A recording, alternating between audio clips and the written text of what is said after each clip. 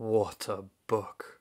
My God, what a book. There's a trend at the moment within the world of literature that a lot of us have taken to call trauma porn. I'm not sure I'm okay with that term. Don't really care though. Trauma porn, traumatic literature in general, is literary fiction or commercial fiction that hones in on and focuses on and is fueled by trauma.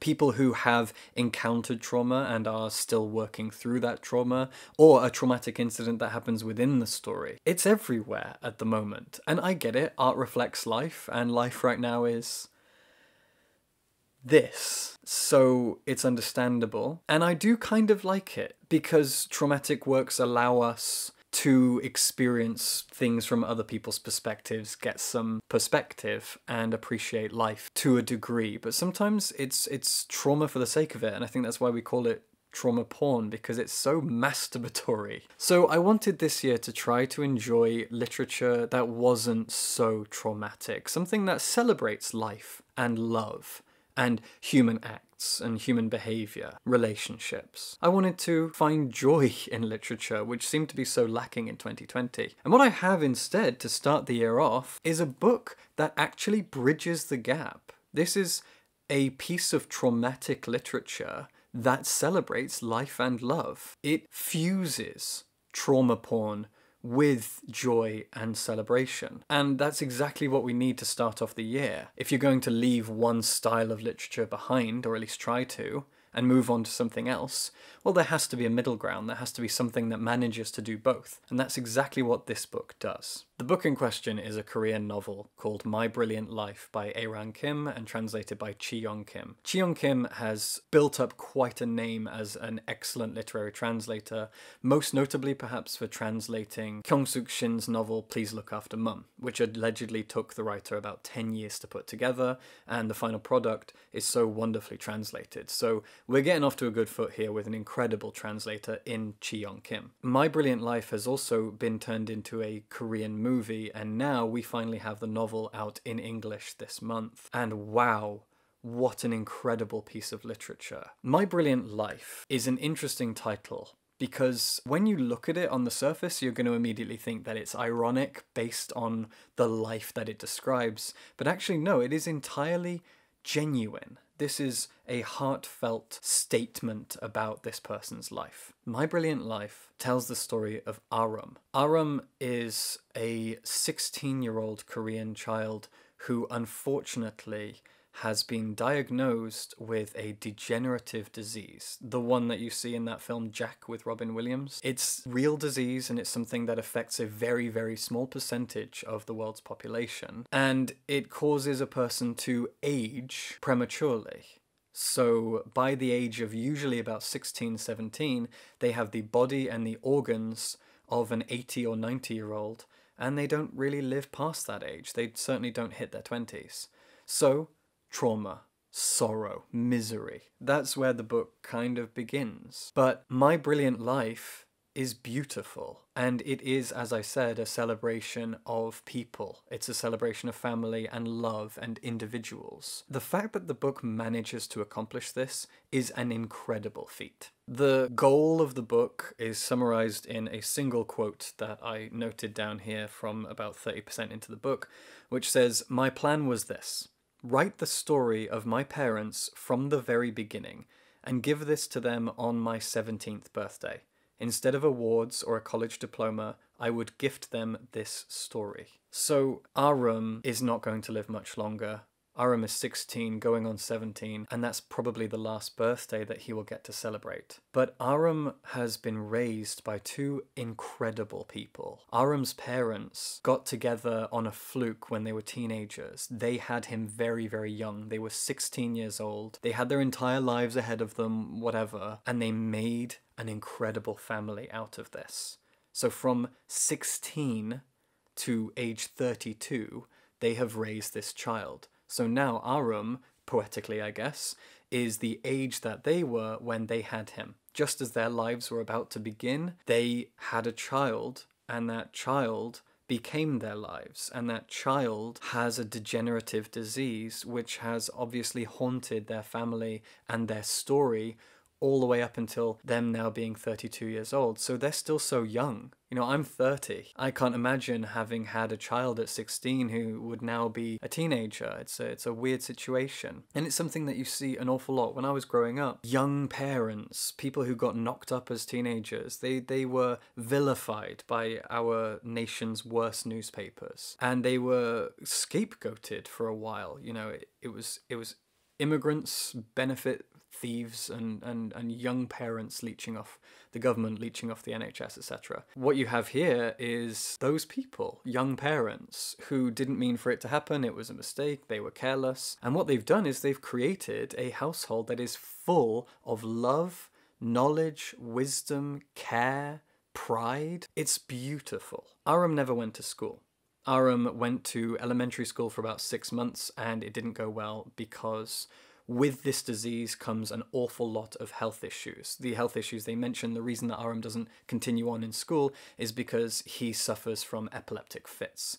And now at age 16, Aram has gone blind in one eye, his heart is weak and he could have a heart attack or heart failure at any moment, so he's in and out of hospital all the time. The way that the book is structured is it's in 4 parts, and part 1 is the book that I described that Aram is trying to write. So Aram himself isn't actually a character for part 1.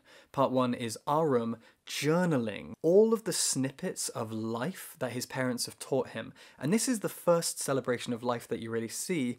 Aram's parents have, for his entire life, told him stories of their youth, of their relationship, of his youth, just family stories about their parents, you know, Aram's grandparents on both sides, the town that they live in this tiny little village. Aram is told stories all the time, and so Aram has taken these snippets. Aram notices that his parents' stories don't always align with each other, you know, they tell their stories in their own way, and so Aram tries to kind of piece them together as best that he can to create a narrative. So it's almost a commentary on autofiction and I-novels, you know, these semi-autobiographical tales that are always fiction but with a lot of truth in them. Aram is taking snippets of tales that he's been told and tried to find the truth in them and tried to create something compelling at the same time, and journaling it all together to then gift to his parents as a kind of final gesture before he probably dies at the age of 17.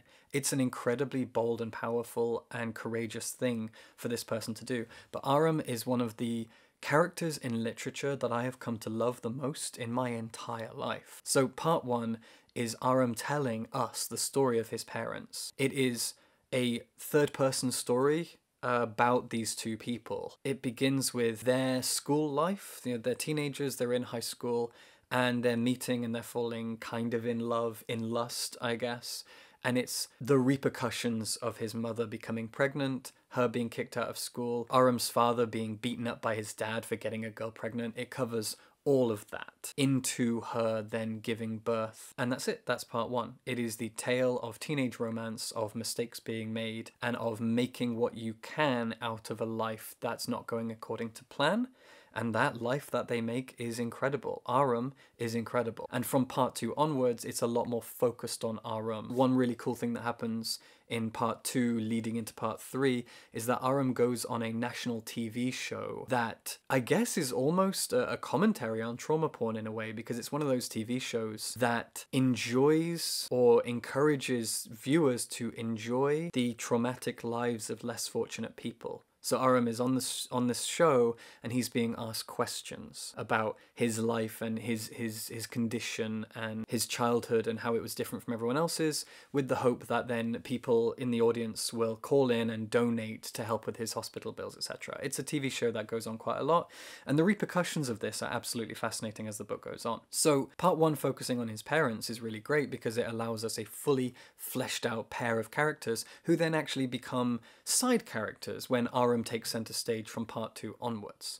There are also a few other secondary characters who are really interesting, like the next door neighbor, who is a lot of fun and pretty much serves as Aram's only real friend. But it is Aram's relationship with his parents that takes center stage here. And it is what allows us to enjoy this book as a celebration of love and family. Aram is a bookworm.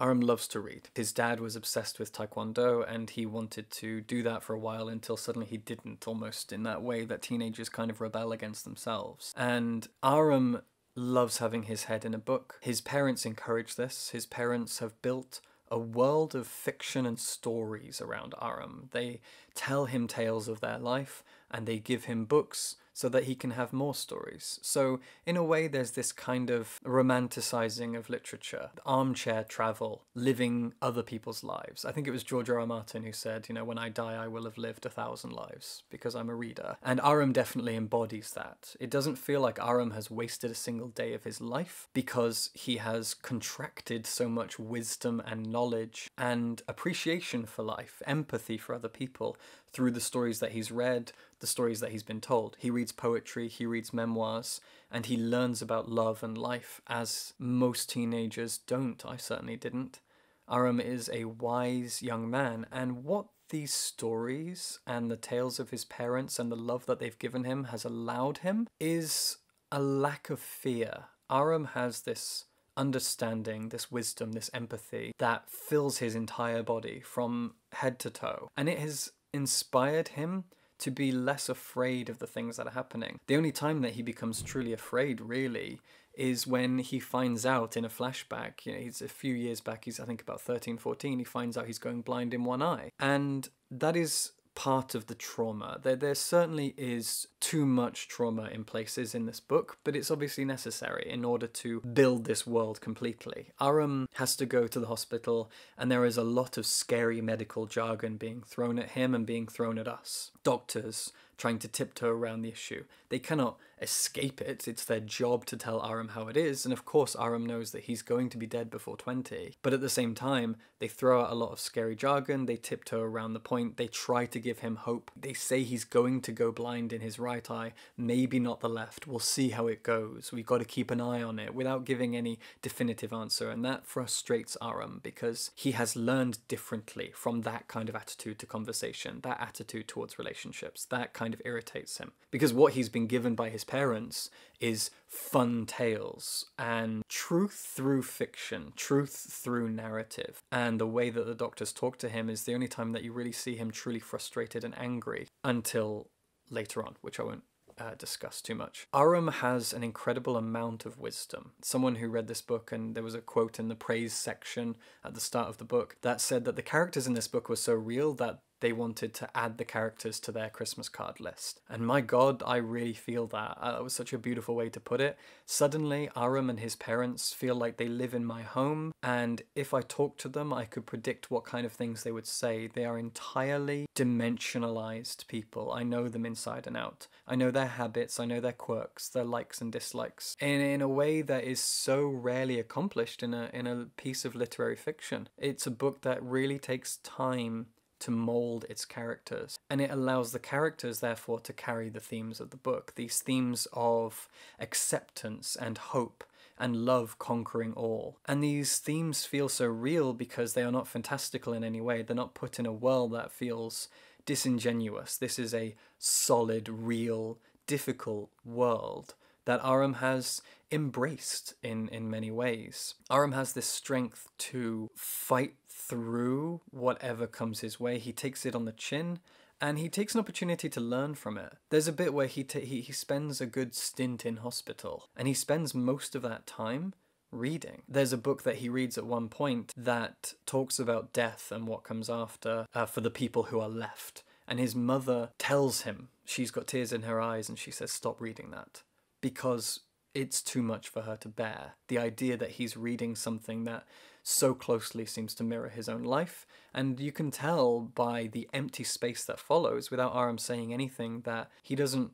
understand why he shouldn't be reading a book like that, because Aram isn't afraid of death. He isn't afraid of the necessary knowledge and wisdom that he has accumulated over the last few years, and it's this wisdom that allows him to be such a unique character. I can imagine that if I had been diagnosed with something like this, I'm a hypochondriac, I'm a terrible hypochondriac, I have anxiety. If I'd been diagnosed with something like this, I would have lived a very different life. Aram has the ability to slow down and breathe. In a life that will be cut so short, and he knows it'll be cut short from an early age, he still has the ability to sit down and breathe and read. And even though I'm a big reader and I hope to live a long life, I can imagine that if I knew that I wasn't going to live past 17 years old, I wouldn't spend my time reading. I would want to adventure. I would want to talk to other people. I would want to see the world. I would want to be outside all of the time. But Aram isn't so interested in that because he knows that through his books, he can find everything. And that's a wisdom that I think most of us do not have. So this book is trauma porn in the sense that it has a lot of fear behind it, and it is fueled by trauma. This family go through hardship. Aram is a doomed person. But the love that he has for his parents, the fact that he's writing them this book about their lives and his own life, the fact that he believes that books give us windows into other worlds, therefore he wants to create a story that will live beyond him, and a story that it's okay that it blends fact and fiction, I think is beautiful. It shows a character that is full of hope, but not for himself. Aram does not have hope for his future. He's very aware of his future, or lack of, and he's okay to be hopeful instead for other people. This is a boy that is full of kindness. This is a boy that hopes for the best. After the TV show airs, he receives comments from people, and some of these comments are nasty, and he literally cannot understand. He cannot comprehend in his mind why people would spend their time being mean, being unkind. They seem to waste breath, waste energy, waste time, even making a single nasty comment about someone. It's a waste of time, and Aram certainly respects time. He's very considerate of time. Aram has become a bit of an obsession for me the last few days. He lives in my mind, and I feel like he has a lot to teach me. And I think I'll have to read the book again to see what else I can learn from him and his parents. His parents also, as I said, they're children when they have a child, and then suddenly being a parent means that you're not a child anymore. And instead of being wasteful or stupid or even making many mistakes, they really use love and courage to fuel good parenthood. They do their best for this child. They do their best for themselves. And they make mistakes and they tell lies and they're afraid all the time. It doesn't stop them. It doesn't stop them doing their best. And you can see in Aram what a wonderful life they've made. This is an incredible book. My Brilliant Life is an amazing start to the year. It is sad. It is utterly beautifully written and translated, captivating dialogue and descriptive language, and it has a wonderful use of space. It slows down when it needs to, and it speeds up when it needs to, and it fills certain chapters with an essence of empty space, and in other chapters it sucks that space out and makes sure that it is rammed full of information and beauty and wisdom. It manages to do that very well, which gives it an interesting pace, and I guess maybe Aram feels that he lives life at an interesting pace. It's a flawless book, I think. It's a difficult start to the year because it is traumatic, as I said, but it's a worthwhile read because it encourages you to love, and it encourages you to be wise and thoughtful and considerate. It encourages you to think about your family. Encourages you to think about your friends and be grateful for life, whatever state your life might be in. I loved it. I loved My Brilliant Life so much. It's a wonderful start to the year and one of my favourite Korean novels now. So go get it and subscribe for books.